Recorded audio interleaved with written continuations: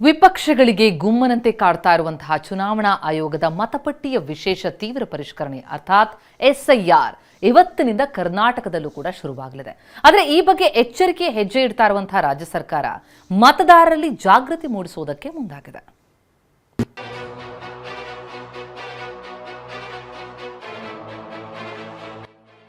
ಇವತ್ತಿನಿಂದ 16 ರಾಜ್ಯಗಳಲ್ಲಿ ಎಸ್ಐಆರ್ ಕಾರ್ಯಾಚರಣೆ. ಮನೆ ಮನೆ ಸಮೀಕ್ಷೆಗೆ ಚುನಾವಣಾ ಆಯೋಗ ಸಜ್ಜು. ದೇಶದಲ್ಲಿ ವಿಪಕ್ಷಗಳಿಗೆ ಗುಮ್ಮನಂತೆ ಕಾಡ್ತಾ ಇರುವ ಚುನಾವಣಾ ಆಯೋಗದ ಮತಪಟ್ಟಿಯ ವಿಶೇಷ ತೀವ್ರ ಪರಿಷ್ಕರಣೆ ಅರ್ಥಾತ್ ಎಸ್ಐಆರ್ ಇವತ್ತಿನಿಂದ ಕರ್ನಾಟಕದಲ್ಲೂ ಶುರುವಾಗಲಿದೆ. ಕರ್ನಾಟಕ ಸೇರಿದಂತೆ 16 ರಾಜ್ಯಗಳು 3 ಕೇಂದ್ರಾಡಳಿತ ಪ್ರದೇಶಗಳಲ್ಲಿ ಎಸ್ಐಆರ್ ಪ್ರಕ್ರಿಯೆ ಇವತ್ತು ಆರಂಭವಾಗಲಿದೆ. ಮತಪಟ್ಟಿ ಪರಿಷ್ಕರಣೆ ಪ್ರತಿ ಚುನಾವಣೆಗೆ ಮುನ್ನ ನಡೆಯುವ ಸಹಜ ಪ್ರಕ್ರಿಯೆ ಆದರೂ ಈ ವಿಶೇಷ ಮತಪಟ್ಟಿ ಪರಿಷ್ಕರಣೆ ಕಾಂಗ್ರೆಸ್ ಸೇರಿದಂತೆ ವಿಪಕ್ಷಗಳಲ್ಲಿ ಆತಂಕ ಹುಟ್ಟಿಸಿದೆ.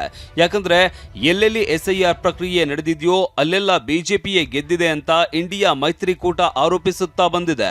ಪಶ್ಚಿಮ ಬಂಗಾಳ, ಬಿಹಾರದಲ್ಲೂ ಎಸ್ಐಆರ್ನಿಂದಲೇ ಬಿಜೆಪಿಗೆ ಅನುಕೂಲ ಆಗಿದೆ ಅನ್ನೋ ಆರೋಪ ವಿಪಕ್ಷಗಳದ್ದು. ಇದೇ ಕಾರಣಕ್ಕೆ ಕರ್ನಾಟಕದಲ್ಲಿ ನಡೆಯುವ ಎಸ್ಐಆರ್ ಬಗ್ಗೆ ಕಾಂಗ್ರೆಸ್ ಭಾರಿ ಎಚ್ಚರಿಕೆ ವಹಿಸ್ತಾ ಇದೆ. ಮತ ಹಕ್ಕು ಉಳಿಸಿಕೊಳ್ಳದಿದ್ರೆ ಯೋಜನೆಗಳು ಸಿಗಲ್ಲ. ಎಸ್ಐಆರ್ ಬಗ್ಗೆ ಜಾಗೃತಿ ಮೂಡಿಸಿದ ಸಿಎಂ ಡಿಕೆಶಿ. ಎಸ್ಐಆರ್ ಬಗ್ಗೆ ಸುದೀರ್ಘವಾಗಿ ಸುದ್ದಿಗೋಷ್ಠಿ ನಡೆಸಿದ ಸಿಎಂ ಡಿಕೆ ಶಿವಕುಮಾರ್ ಎಲ್ಲ ಮತದಾರರು ನಿಮ್ಮ ಮತದ ಹಕ್ಕು ಉಳಿಸಿಕೊಳ್ಳಬೇಕು, ಇಲ್ಲವಾದರೆ ಸರ್ಕಾರ ನೀಡುವ ಸೌಲಭ್ಯಗಳಿಂದ ವಂಚಿತರಾಗ್ತೀರಾ ಅಂತ ಹೇಳಿದ್ದಾರೆ. ಯಾವ ಯೋಜನೆಯೂ ಸಿಗಲ್ಲ ಅಂತ ವಾರ್ನ್ ಮಾಡಿದ್ದಾರೆ. ಎಲ್ಲರೂ ಕೂಡ ಮತದಾನದ ಹಕ್ಕನ್ನ ತಪ್ಪದೆ ಉಳಿಸ್ಕೊಳ್ಬೇಕು ಅಂತೇಳಿ ನನ್ನ ಸರ್ಕಾರದ ವತಿಯಿಂದ ಜನರಿಗೆ ಮತದಾನಕ್ಕೆ ಸಹಾಯ ಮಾಡಬೇಕು, ಬದುಕಲಿಕ್ಕೆ ಸಹಾಯ ಮಾಡಬೇಕು ಅಂತೇಳಿ ಈ ಒಂದು ಮಾಧ್ಯಮದ ಮುಖಾಂತರ ತಮ್ಮೆಲ್ಲರೂ ಕೂಡ ಮನವಿ ಮಾಡ್ತಾ ಇದ್ದೇನೆ. ಯಾರು ಮತದಾನದ ಹಕ್ಕನ್ನ ಕಳ್ಕೊಳ್ತೀರಿ, ಯಾರಿಗೆ ಮತದಾನ ಹಕ್ಕು ಇರುವುದಿಲ್ಲ, ಮುಂದಕ್ಕೆ ನಿಮ್ಗೇನಾದ್ರು ಸರ್ಕಾರದಿಂದ ಸೌಲಭ್ಯ ಬೇಕು ಅಂದ್ರೆ ಆ ಸೌಲಭ್ಯ ಸಿಕ್ಕುವುದಿಲ್ಲ. ಇದನ್ನ ಎಲ್ಲರೂ ಗಮನದಲ್ಲಿ ಇಟ್ಕೊಂಡಿರ್ಬೇಕು. ಯಾಕೆಂದ್ರೆ ನಿಮ್ಮ ಬದುಕಿನ ಹಕ್ಕನ್ನ ಉಳಿಸ್ಬೇಕು ಅನ್ನೋದು ನಮ್ಮ ಆಸೆ. ನಿಮ್ಮ ಮತದಾನದ ಹಕ್ಕಿಲ್ಲ ಅಂದ್ರೆ ನಿಮ್ಗೆ ಯಾವ ಬೆನಿಫಿಟ್ ಕೂಡ ಮುಂದಕ್ಕೆ ಸಿಗುವುದಿಲ್ಲ. ಆ ದೃಷ್ಟಿಯಿಂದ ತಮ್ಮೆಲ್ಲರೂ ಕೂಡ ಯಾವುದೇ ಪೆನ್ಷನ್ ಇರಲಿ, ಓಲ್ಡ್ ಏಜ್ ಪೆನ್ಷನ್ ಇರಲಿ, ವಿಡೋ ಪೆನ್ಷನ್ ಇರಲಿ, ಗೃಹ ಜ್ಯೋತಿ ಇರಲಿ, ಗೃಹಲಕ್ಷ್ಮಿ ಇರಲಿ, ಅನ್ನಭಾಗ್ಯ ಇರಲಿ, ಯಾವುದೇ ಆಗಲಿ ಸರ್ಕಾರದ ಸೌಲಭ್ಯ ನಿಮಗೆ ತಲುಪಬೇಕಾದ್ರೆ ಮನೆಗಳಿರ್ಬೋದು, ಸೈಟ್ ಇರ್ಬೋದು, ಯಾವುದೇ ಸರ್ಕಾರದ ಸ್ಕೀಮ್ನಲ್ಲಿ ನೀವೇನಾದ್ರು ಪಡ್ಕೊಳ್ಬೇಕಾದ್ರೆ ಮೂಲ ನಿಮಗೆ ಮತದಾನದ ಹಕ್ಕನ್ನು ತಾವು ಇಟ್ಕೊಳ್ಳೇಬೇಕಾಗ್ತದೆ. ಚುನಾವಣಾ ಆಯೋಗದ ಎಸ್ಐಆರ್ ಮೇಲೆ ಹದ್ದಿನ ಕಣ್ಣು. ಎಸ್ಐಆರ್ ಪ್ರಕ್ರಿಯೆ ಕುರಿತು ಎಚ್ಚರಿಕೆ ಹೆಜ್ಜೆ ಇಟ್ಟಿರುವ ರಾಜ್ಯ ಕಾಂಗ್ರೆಸ್ ಶಿವಮೊಗ್ಗ ನಗರದ ಗೋಪಿ ವೃತ್ತದಲ್ಲಿ ಜಾಗೃತಿ ಮೂಡಿಸಿದೆ. ಮತದಾರರ ಪಟ್ಟಿ ಪರಿಷ್ಕರಣೆ ಬಗ್ಗೆ ಮಾತನಾಡಿರುವ ಪ್ರಿಯಾಂಕ್ ಖರ್ಗೆ ಕೆಲವೊಂದು ಪ್ರಶ್ನೆ ಕೇಳಿದ್ವಿ, ನಮಗೆ ಉತ್ತರ ಬಂದಿಲ್ಲ ಅಂದ್ರು. ಆದ್ರೆ ಬಿಜೆಪಿ ನಾಯಕರು ಟೀಕೆ ಬರುತ್ತೆ, ಎಲ್ಲರೂ ಎಸ್ಐಆರ್ಗೆ ಬೆಂಬಲ ಕೊಡಬೇಕು ಅಂದ್ರು. ಕ್ಯಾಬಿನೆಟ್ ಕೆಲವು ಆಕ್ಷೇಪಗಳನ್ನು ವ್ಯಕ್ತಪಡಿಸಿದ್ದಾರೆ.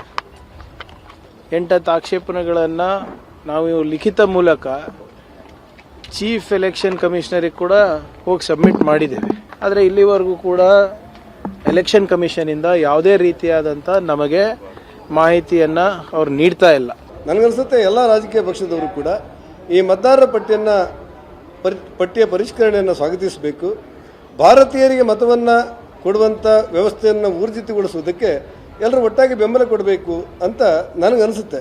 ಇನ್ನು ಇವತ್ತಿನಿಂದ ಮತಪಟ್ಟಿ ಹೇಗೆ ಪರಿಷ್ಕರಣೆ ಆಗಲಿದೆ, ಅದರ ಪ್ರಕ್ರಿಯೆ ಏನು ಅಂತ ತೋರಿಸ್ತೀವಿ ನೋಡಿ. 59,000 ಬಿಎಲ್ಒಗಳು ಇವತ್ತಿನಿಂದ ಮತಪಟ್ಟಿ ಪರಿಷ್ಕರಣೆ ಆರಂಭಿಸಲಿದ್ದಾರೆ. 1,88,00,000 ಮನೆಗಳಿಗೆ ಭೇಟಿ ನೀಡಲಿದ್ದಾರೆ. 5,54,00,000 ಮತದಾರರಿದ್ದು ಈಗಾಗಲೇ 5,07,00,000 ಮತದಾರರ ಮ್ಯಾಪಿಂಗ್ ಪೂರ್ಣಗೊಂಡಿದೆ. 46 ಲಕ್ಷ ಮ್ಯಾಪಿಂಗ್ ಬಾಕಿ ಇದೆ. ಮ್ಯಾಪಿಂಗ್ ಮುಗಿಸಿ ಪರಿಷ್ಕರಣೆಗೆ ಸಜ್ಜಾಗಿರುವ ಕೇಂದ್ರ ಚುನಾವಣಾ ಆಯೋಗ ಇವತ್ತಿನಿಂದ ಮನೆ ಮನೆ ಸಮೀಕ್ಷೆ ನಡೆಸಲಿದೆ. ಇವತ್ತಿನಿಂದ ಬಿಎಲ್ಒಗಳು ನಿಮ್ಮ ಮನೆಗಳಿಗೆ ಬರ್ತಾರೆ. ನೇರಳೆ ಬಣ್ಣದ ಸ್ಟಿಕ್ ಅಂಟಿಸಿ ನಿಮಗೆ ಎನ್ಯುಮರೇಷನ್ ಫಾರಂ ನೀಡ್ತಾರೆ. ಫಾರಂ ಭರ್ತಿ ಮಾಡಿ ಸಹಿ ಮಾಡಿ ನೀವು ವಾಪಸ್ ನೀಡಬೇಕು. ಅದನ್ನ ಡಿಜಿಟಲೀಕರಣಕ್ಕೆ ರವಾನಿಸಲಾಗುತ್ತೆ. ನೀವು ಮನೆಯಲ್ಲಿ ಲಭ್ಯವಿಲ್ಲದಿದ್ದರೆ 3 ಬಾರಿ ಭೇಟಿ ನೀಡ್ತಾರೆ. ಮನೆಗೆ ಬೀಗ ಹಾಕಿದ್ರೆ ಕೆಂಪು ಬಣ್ಣದ ಸ್ಟಿಕ್ಕರ್ ಅಂಟಿಸ್ತಾರೆ. ಪರಿಷ್ಕರಣೆ ವೇಳೆ ಬಿಎಲ್ಒಗಳಿಗೆ ಯಾವುದೇ ದಾಖಲೆ ನೀಡುವ ಅಗತ್ಯವಿಲ್ಲ. ಆದರೆ ಮತದಾರರ ಕರಡು ಪ್ರತಿ ಪ್ರಕಟವಾದ ಬಳಿಕ ವ್ಯತ್ಯಾಸ ಕಂಡು ಬಂದ್ರೆ ಅಂತವರಿಗೆ ಆಯೋಗ ನೋಟಿಸ್ ನೀಡುತ್ತೆ. ನೋಟಿಸ್ ಪಡೆದ ಮತದಾರರು ಮಾತ್ರ ಆಗಸ್ಟ್ 5ರ ಬಳಿಕ ದಾಖಲೆ ನೀಡಬೇಕು.